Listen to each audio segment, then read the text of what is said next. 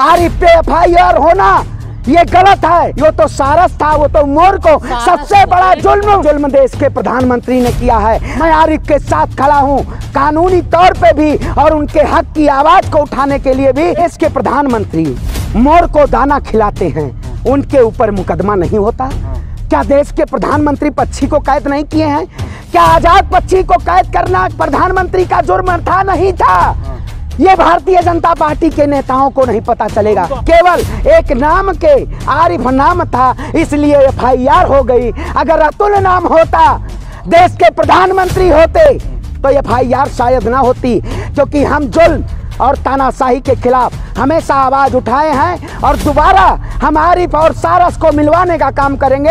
ये हमारी लड़ाई बंद नहीं होगी, हम लड़ेंगे और आरिफ के साथ। अरे भैया सरकार क्या है, सरकार हिंदुस्तान है। मैं भी एक ब्राह्मण परिवार से आता हूँ, लेकिन मेरा धर्म ये भी नहीं कहता कि कोई आरिफ नाम है अगर कोई मुसलमान है तो उसके ऊपर जुल्म किया जाए। इस देश में कानून है। आरिफ जो थे वो कोई गुनाहगार नहीं है। उस पक्षी को और आरिफ को मोहब्बत हुई, वो उनके साथ खाना खाता था, उनके साथ रहता था। यही प्यार योगी आदित्यनाथ की सरकार को रास नहीं आया। आरिफ पे FIR कर बैठे, लेकिन ये बहुत बड़ी गलती है, ये बहुत बड़ा भूल है। अरे देश के प्रधानमंत्री जी राष्ट्रीय पक्षी मोर को दाना खिला रहे थे, तब नहीं दिखा, ध्यान दिया?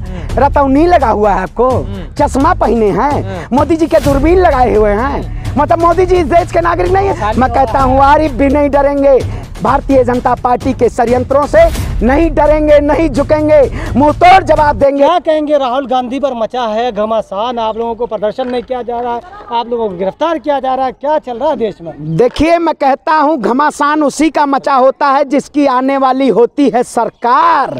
क्योंकि भाजपा का होने वाला है कर्नाटक और देश में सुपड़ा साफ।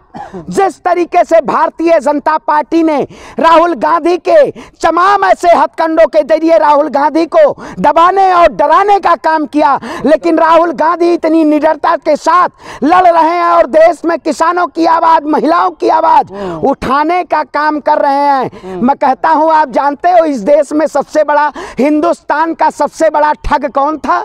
आपको पता है? कौन है? नटवर लाल। नटवर लाल को जानते होंगे, जिन्होंने, अरे सुपर, मैं कहता हूँ जिन्होंने भैया 3 बार लाल किले को, 2 बार लाल किले को बेचा, 3 बार ताजमहल को बेचा, 1 बार राष्ट्रपति भवन और संसद भवन को बेच दिया। अरे तो देश का प्रधानमंत्री संसद भवन बनवा रहे हैं, अभी बेच देंगे अडानी को, लाल किला बेच दिए डालमिया को, तो ये ठग हिंदुस्तान कहेंगे ना? जिन्होंने देश की सारी संपत्तियों को बेचने का काम किया। देश में ऐसा प्रधानमंत्री कभी देश का नहीं हुआ जो सरकारी संपत्तियों को कॉर्पोरेट तंत्र के अधीनस्थ करने का काम किया हो। मैं कहता हूं देश के प्रधानमंत्री से पूछना चाहता हूं कि आपके शासनकाल में इस देश में अकाल पड़ा है? आप कहते हैं अमृतकाल चल रहा है, मोदी जी कहते हैं ना अमृतकाल चल रहा है, तो कहती है। अरे जनता कहाँ कह रही है? जनता कह, अरे भैया मैं कहता हूँ इस देश में लोकशाही, तानाशाही, भारतीय जनता पार्टी की हिटलर शाही। अब मोदी जी चले कर्नाटक में भाषण देने, बोल रहे हैं कांग्रेस हमारा खोदना चाहती है कब्र। अरे तुम्हें खुश कर दिया है एग्जिट पोल दिखा के। अरे इस बात पे खुश हो जाओगे? अब आप देखो एग्जिट पोल नहीं देखे, मैं वही नहीं देखे, मैं वही कहता हूँ एग्जिट पोल हमारा वो नहीं है उद्देश्य। हमारा ये उद्देश्य है कि देश की तमाम जनता, देश के तमाम किसान और नौजवान भारतीय जनता पार्टी के खिलाफ होके और मुखर होके आवाज उठाने का काम करें। क्या वाकई में आज देश में परिस्थितियां ऐसी हैं जो भारतीय जनता पार्टी उन परिस्थितियों को नदारद करके और देश को गुमराह करना चाहती है? आज देश का किसान बदहाल है, देश का युवा नौजवान रोजगार से परेशान है। बाबा रामदेव पतंजलि यूनिवर्सिटी का उद्घाटन कर रहे हैं, युवाओं के संन्यास के रास्ते पे ले जा रहे हैं। हाँ वही कह रहा हूँ भैया, देश के युवाओं को रोजगार न दे पाए तो चले सन्यासी बनाने। आप बताइए इस देश के पूरे जनता को सन्यासी बना दीजिए। अगर योग्यता के अनुसार इस देश में नौकरियां नहीं हैं तो देश का प्रधानमंत्री कह दे कि मुझे युवाओं को रोजगार नहीं देना है, युवाओं के हाथ में तलवार देना है, युवाओं के हाथ में हिंदू रक्षा के लिए देश को बचाने का एक नया एजेंडा देना है, क्योंकि 24 में हमें दोबारा हिंदू मुसलमान करना है। 2024 एजेंडा है, हिंदू मुसलमान के नाम पे दोबारा सत्ता पाने के लिए लड़ना चाहती है, लेकिन देश की जनता भारतीय जनता पार्टी को सत्ता से बेदखल करेगी और अब की बार कांग्रेस की सरकार होगी और पूरे तौर पे इस देश को बचाने की लड़ाई है। सवाल है, उत्तर प्रदेश में अमेठी में आरिफ ने सारस को अपने घर में मतलब रखा, उसकी खिदमत करी, उसको चोट लग गई थी, सही कर दिया। योगी जी ने उस सारस को आरिफ से जुदा करके चिड़ियाघर भेज दिया। बिल्कुल, मैं कहता हूँ सारस उदास है। हाँ। ये कैसा अमृतकाल है। हाँ। जब देश के प्रधानमंत्री मोर को दाना खिलाते हैं, उनके ऊपर मुकदमा नहीं होता। क्या देश के प्रधानमंत्री पक्षी को कैद नहीं किए हैं? क्या आजाद पक्षी को कैद करना प्रधानमंत्री का जुर्म था? नहीं था। ये भारतीय जनता पार्टी के नेताओं को नहीं पता चलेगा। तो आरिफ का है ना, आरिफ मुसलमान है भैया। बात बता, मैं कहता हूँ इस देश में मुसलमानों के नाम पे भारतीय जनता पार्टी को राजनीति करनी है तो योगी आदित्यनाथ और बीजेपी के शासनकाल में मुसलमान को दामाद बना के रखे हैं, शहनवाज हुसैन को। क्या वाकई में आज देश को जरूरत है एक साथ होने की? अगर अखिलेश यादव आरिफ के घर जाते हैं, अगर कोई भी विपक्षी नेता आरिफ के घर जाता है, अगर वो उस सारस पक्षी की सेवा किए हैं तो एक पक्षी भी हो चाहे कुत्ता भी हो, अगर आपके उसके प्रति वफादार हैं तो वो आपके प्रति वफादार हो जाता है। लेकिन ये सरकार आरिफ के उस वफादारी को नहीं देखना चाहती थी।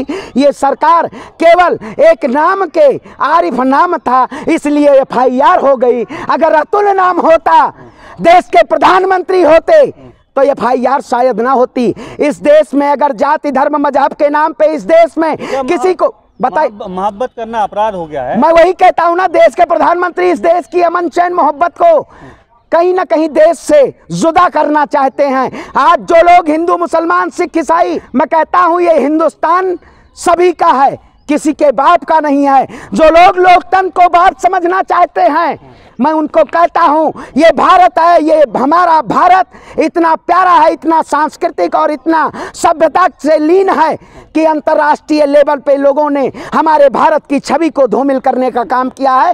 वो देश के प्रधानमंत्री को मैं कहता हूं इस देश की लोकतंत्र को बचाने के लिए ये देश का युवा गांधी भी बनेगा, भगत सिंह भी बनेगा और इस लड़ाई को हम लड़ने का काम करेंगे। सरवन जी, क्या इस देश में मुसलमान होना गुनाह है? जिस तरह से आरिफ का जो पक्षी था, उनका जो दोस्त था, उसको ले गया, उसके बाद उसके ऊपर FIR दर्ज हो जाती है, तो इसको आप किस तरह से देखते हैं? क्या इस तरह जो मुसलमान है उसको इस तरह से टारगेट किया जा रहा है? देखिए, ये बहुत बड़ी दुखद घटना है। जिस तरीके से नाम के जरिए इस देश में एक समुदाय को आरोपित समझा जाता है। मैं भी एक ब्राह्मण परिवार से आता हूँ, लेकिन मेरा धर्म ये, मेरा मजहब ये नहीं कहता कि कोई आरिफ नाम है, अगर कोई मुसलमान है तो उसके ऊपर जुल्म किया जाए। इस देश में कानून है, अगर कोई गलत करे तो उसके ऊपर। आप बताइए, मैंने इस देश की पत्रकारिता को देखा, अतीक अहमद को जिस तरीके से पूरे देश में मीडिया ने जिस तरीके से एक मुद्दा बनाया, शायद राहुल गांधी की खबरों को नहीं दिखाया गया। आरिफ जो थे वो कोई गुनाहगार नहीं है।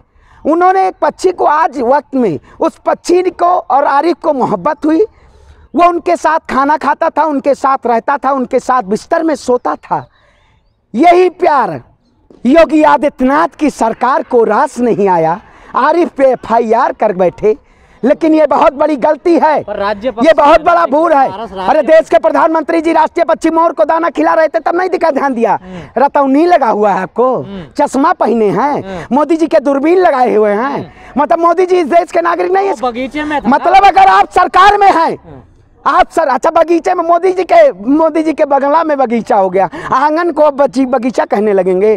मोदी जी के घर में जो आंगन है वो बगीचा हो गया। बगीचे में मोर रहता है। अरे भैया, यहाँ से 30 किलोमीटर दूर आप चले जाइए, मोर आपको नहीं मिलेगा। और मोदी जी के बगीचे में मोर रहता है, मोदी जी के बगीचे में शेर रहता है, मोदी जी के बगीचे में मोदी जी ने बंधक नहीं बनाया। अरे मोर कहाँ से आया? यहाँ मोर आपको कहीं दिख रहा है? अगर मोर दिखता तो राष्ट्रीय पक्षी क्यों होता? राष्ट्रीय पक्षी क्यों होता? यो तो सारस था, वो तो मोर को सबसे बड़ा जुल्म देश के प्रधानमंत्री ने किया है। आरिफ पे FIR होना ये गलत है। मैं आरिफ के साथ खड़ा हूं, कानूनी तौर पे भी और उनके हक की आवाज़ को उठाने के लिए भी, क्योंकि हम जुल्म और तानाशाही के खिलाफ हमेशा आवाज़ उठाए हैं और दोबारा हम आरिफ और सारस को मिलवाने का काम करेंगे। ये हमारी लड़ाई बंद नहीं होगी, हम लड़ेंगे और आरिफ के साथ। नहीं मिलने देगी फिर? अरे भैया सरकार क्या है, सरकार हिंदुस्तान है। गांधी की सदस्यता बचा अरे सरकार हिंदुस्तान है। ये वही कहते हैं, देख रहे हो राहुल गांधी की सदस्यता के जिसको दिक्कत है, राहुल गांधी को देश की जनता ने अपना घर देने का काम किया है, देश की जनता ने अपने घर पे बोर्ड लगाने का काम किया है। राहुल गांधी डरने वाले नहीं है। मैं कहता हूँ आरिफ भी नहीं डरेंगे, भारतीय जनता पार्टी के षड्यंत्रों से नहीं डरेंगे, नहीं झुकेंगे, मुंहतोड़ जवाब देंगे। जो भी सरकार में देश की जनता को, गरीब जनता या किसी समुदाय को, किसी विशेष को अगर टारगेट करेगी तो हमको मुंहतोड़ जवाब देने का काम करेंगे।